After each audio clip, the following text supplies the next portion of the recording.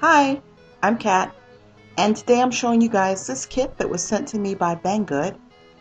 They sent this kit and asked if I would put it together on camera and show it to my viewers, so I did so.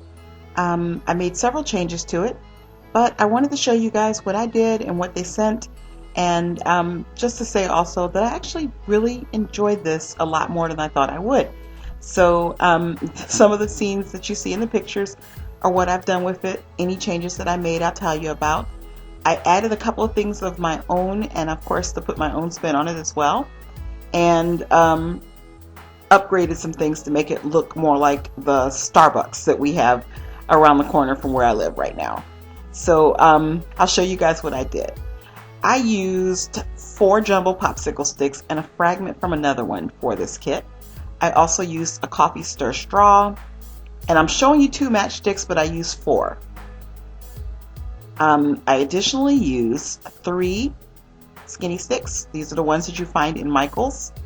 A skewer stick, 14 coffee stir sticks. These are the little skinny ones that they give away at like Starbucks, and some embroidery thread. They sent everything else in the kit that they sent I used with the exception of these pieces. A lace doily that they sent as a carpet, some beads and erasers that they sent to go in the baskets, some lace that they sent for the sofa, and the double-sided tape that they actually sent for the walls and the floor, I believe. But I ended up using none of these things, but I will use them in the future, that I promise you, and you'll be seeing them pretty soon. So thank you, Banggood. I appreciate that. The kit comes in this little box. The box is about, I'd say about 8 inches by 8 inches and maybe about 3.5 to 4 inches wide. And it says that you're going to need scissors, which is true, glue, which is not true, and 10 to 24 hours to put it together, which is true. I'm saying you don't really need the glue because even though you see me using my own glue a couple of times in this scene, they sent a bottle of glue that actually is enough to put this whole thing together. So let's go on ahead and open it up and see what we have inside. My box has the wooden pieces underneath and then this little packet at the top. And the packet contains color instructions, the punch outs or the cutouts for the boxes, parquet flooring pattern paper, and then as well as that, all the signage. So I started by punching out all the different pieces from the kit, and they're laser cut, so they punch out really, really easily. So they're tab and slide assembly kits, so all you have to do is just kind of piece them together, put one tab where it belongs.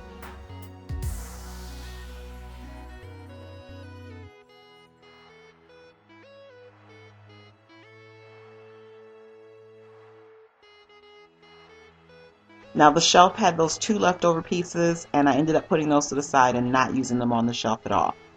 For the dresser, I did use some glue at the back because, again, they're laser cut and it would punch out easily, so I just wanted to glue those drawers in place before anything happened. Now, when I started to put this piece in place, it wouldn't fit. So I just decided to cut off the ends and to glue it in place straight, which is fine. The glue that they sent, I absolutely adore, so it sticks and grabs everything quickly. And as you can see too, even though my video is sped up to be twice as fast as I was actually going, you can still see that I'm moving through the pieces really quickly. So the furniture assembly was a dream. I love tab and slot things for that reason. And the glue definitely helped because, again, it was a really fast grab glue. And I really need to find out what kind of glue that is so that I can use it in the future. The table, you just simply put a little glue in each of the notches and slide the legs in place. And then finally just stack the top of the table on top. And that's it. Like, everything was super easy.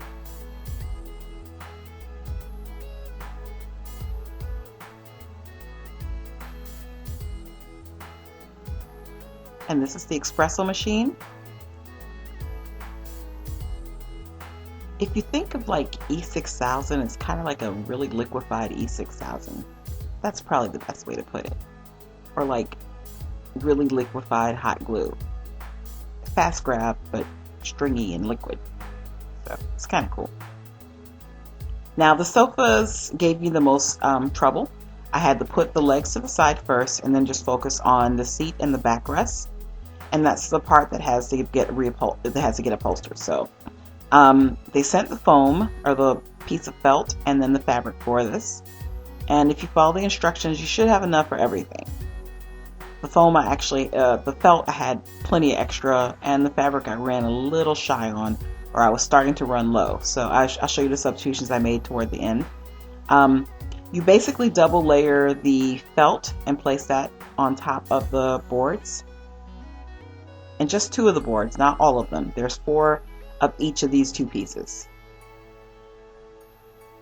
So you're going to put felt on 2 of the pieces and no felt on the other. And no felt on the other 2 pieces. But you upholster all the pieces the same. And the diagram that comes with the instructions does show you how you're supposed to upholster and cut the patterns to fit these. So just follow the instructions and you're actually okay. They're in English, but they're also in pictures, and I just ignored the English and did the pictures. It also says to roll up a sheet of paper and to fit the arms, and then basically glue that in place. So I followed that, and I kind of thought that was a cool idea. It added a lot more strength than what I was expecting it to.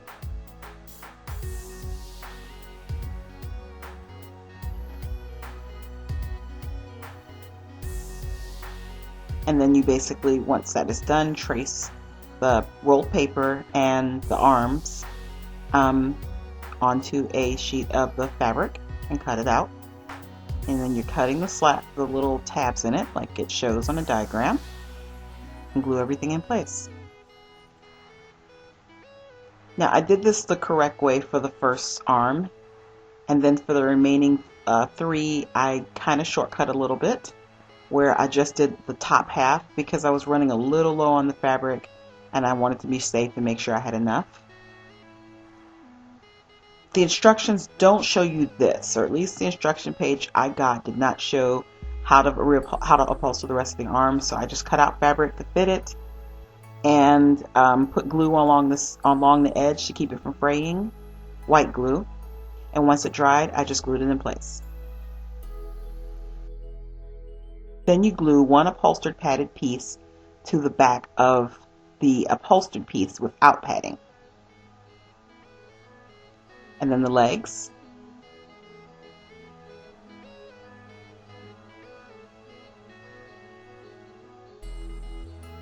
Glue the seat onto the legs once you've put them together. And then glue the backrests onto the seat and then the arms.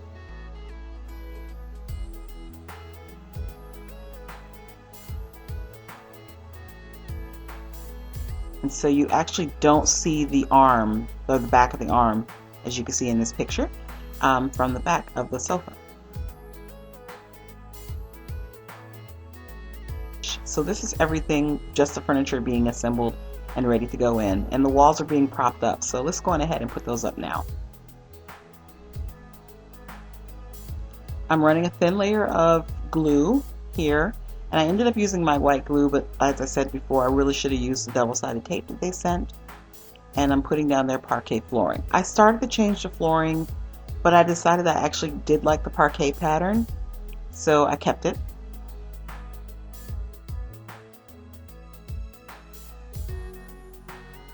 And then they sent these 3 boards as the walls. And they also sent a iridescent pearlized paper to go over it for wallpaper.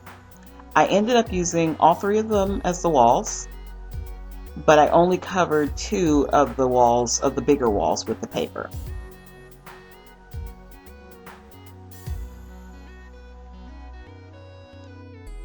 There's a little strip left over here, and I kept that for a wall that I added in.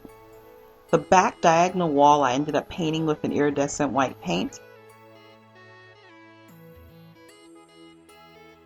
And these are the 2 side pieces from the shelf that I didn't use earlier. And I'm going to glue those together.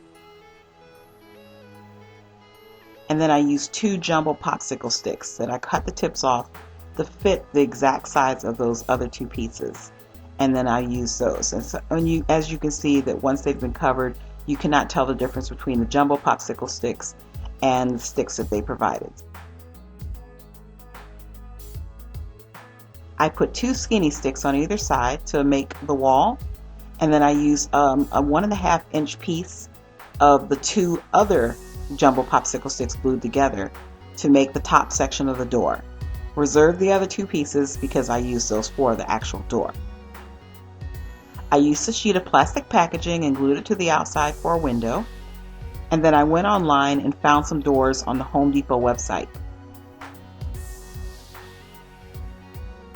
I cut those down to the 4-inch size and glued those directly on top of the black portion of the door once the door was painted black. Then I went online and found some brick pattern paper. Cut the paper out and glue that on.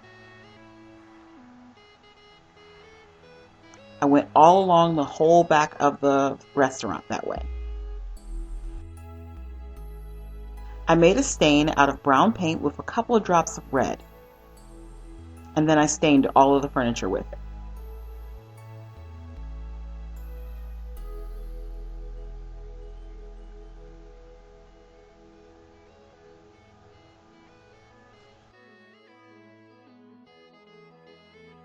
They provided this corrugated paper for the shelf, and I'm going to use this, but I didn't use it for the shelf after all because I really preferred to have extra display space.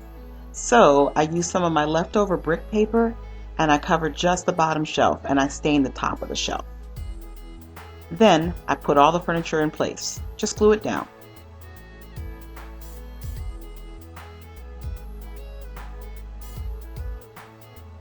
There, that looks better already to me. On the window I used additional coffee stir sticks to frame it in. Then I painted the espresso machine and cut out all their signage.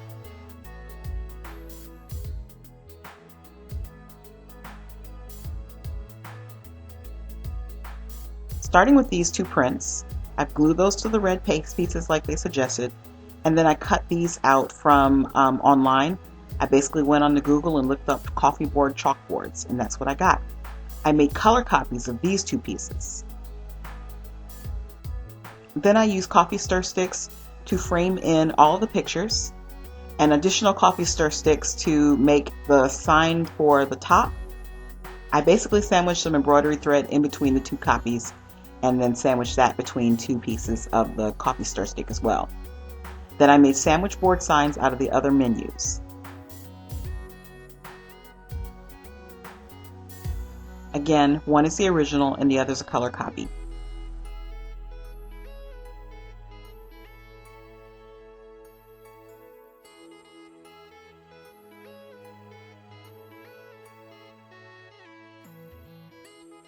Then I went through and cut out all the packages and boxes that they sent. Now this was the most tedious task of this project by far. These pieces are super tiny, as you can see, and you have to kind of fold and crease them first and then go back through and put them all together.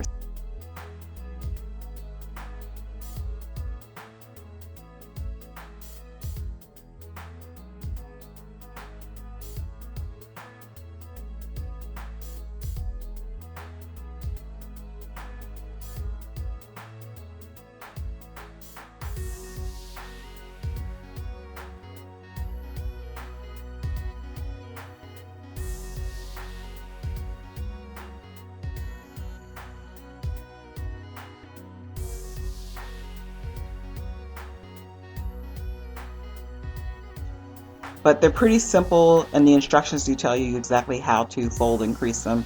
So follow the instructions and you should not go wrong. Then there were cutout menus with little tiny writing in it. It was really cute. And then little posters that you can roll up and glue together. So you fold the menus in the fourths and you roll up the posters and put them in the baskets. That way you have little things for people to buy. It came with all the little cups here, so you just roll them up, and I use a Starbucks straw to roll it up with, and glued it right on top of the little circular bottom that they provided for you.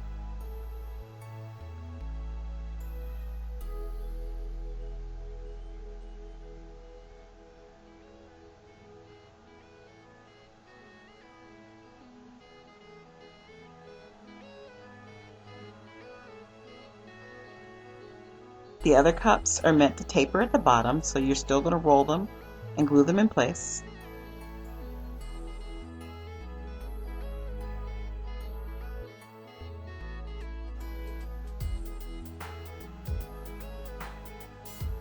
And then this little twine was provided to go as embellishment for the pictures, but I cut it into thirds and decided to make them into something else. So cut it into thirds and unrolled and then re-rolled it again so that it was just a little looser, and then I twisted it and then I ended up with breadsticks. Perfect.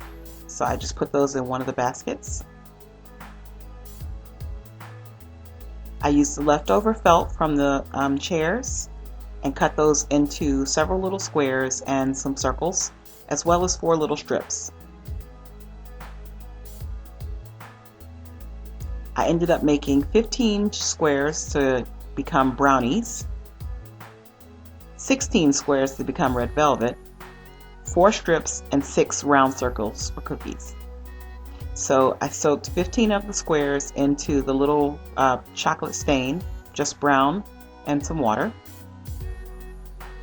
Then I added some white and some yellow, and that becomes the stain for the cookies and the strips, the cinnamon buns. Then I poured that out entirely and started with red and a couple of drops of brown with water for the red velvet.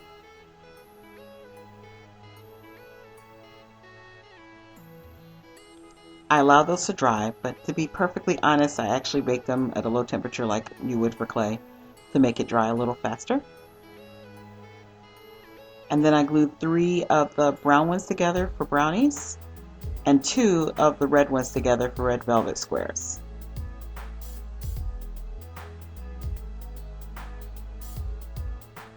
Then I used gloss paint, both in white and in brown, and anything that says gloss or outdoor is sufficient. And then I mixed up some of the brown with glue and some of the white with glue, and just frost all 5 of the brownies with the brown, and all 8 of the red velvet squares with the white.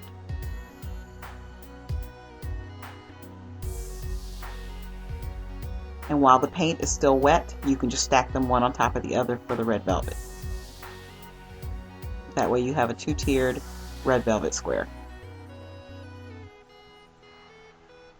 Once dry, you can glue those in place into some of the little trays.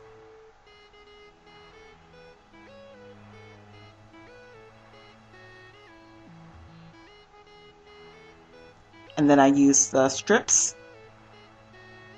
And these are, I guess, about 2 inches long. And I added a little glue on one end just to make it kind of grab.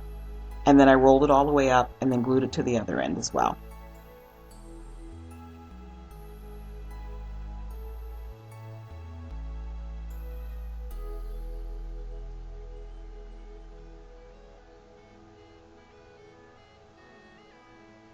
Then I used the leftover mixture of white and glue to frost the tops of the cinnamon buns. Just draw lines across them.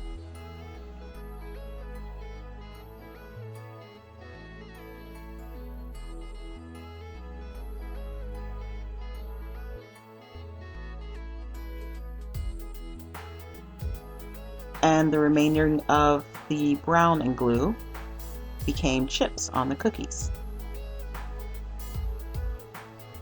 Glue those all in place, and I used 2 of the cookies on the napkins that they provided.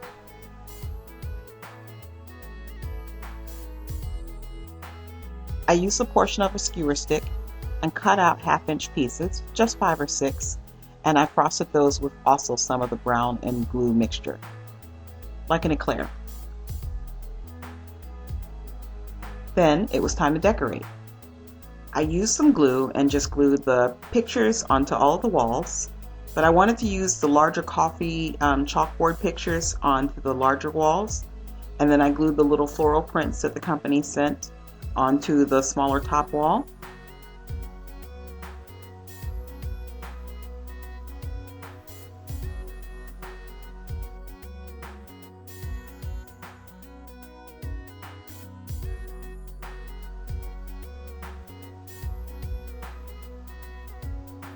The espresso machine I put on the corner underneath one of the coffee pictures. And they sent the cute little cups to go with it, so I just glued those next to it. You have to display those. The baskets with the posters went on the dresser to the side. To-go boxes on the middle shelf. The breadsticks and chocolate eclairs went onto the back shelf.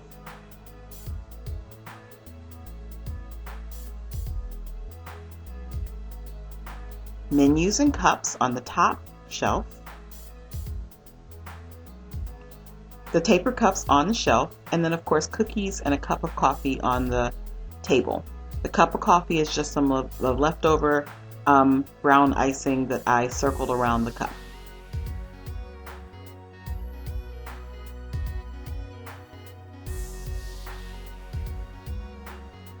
Then this larger circle came with the kit to go in the back of the sign I use outside, but I decided to use that for a table. And they also sent this smaller circle.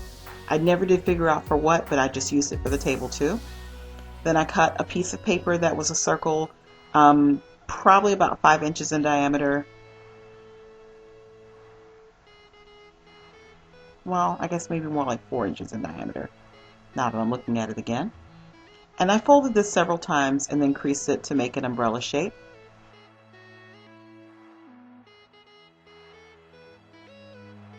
And you can see more color copies of the sign that they sent.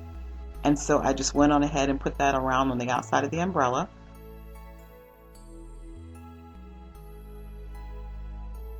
And then per chair, I'm using 2 matchsticks, a little slat from a coffee stir stick, and a piece from a popsicle stick. I cut the popsicle stick piece down to about 1/2 inch, and the chair matchsticks are about 1.5 inches.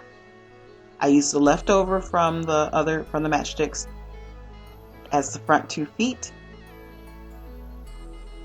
and then I used a leftover piece of coffee stir stick on the back.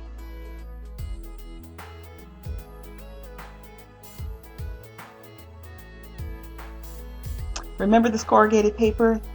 Yeah, I said I wasn't going to use it on the counter, but I did use it for an awning, so I painted it green. And then I made a similar pattern to the taper cups, and just bigger.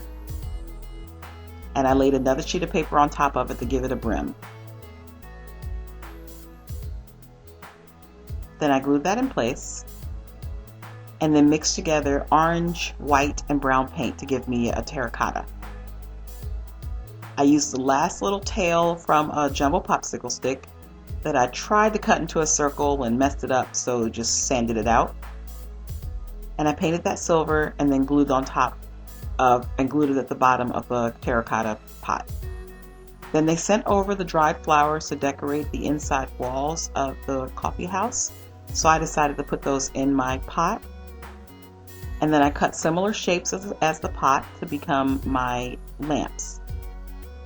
I also used a coffee stir straw for that, and I rolled the paper into 3 identical cones, and I cut the straw into 1-inch strips that I painted black.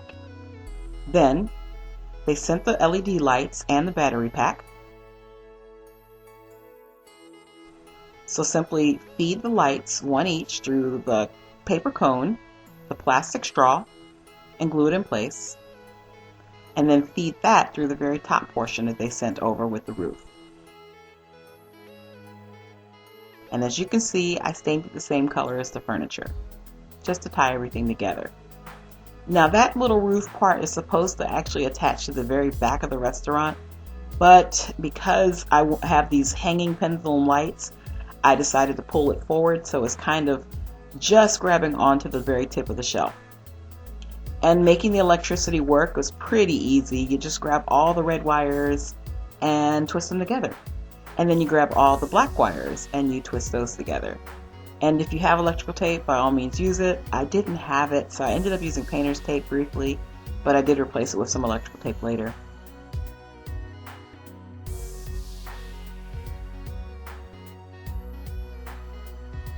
And just put batteries in it and then test it.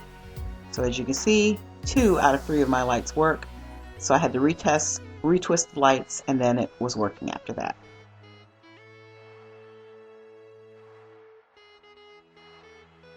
I made this printout by looking up patio pavers online and then printed out a sheet once I had it shrunk into size. And then I started to leave my door closed, but I decided to open it instead.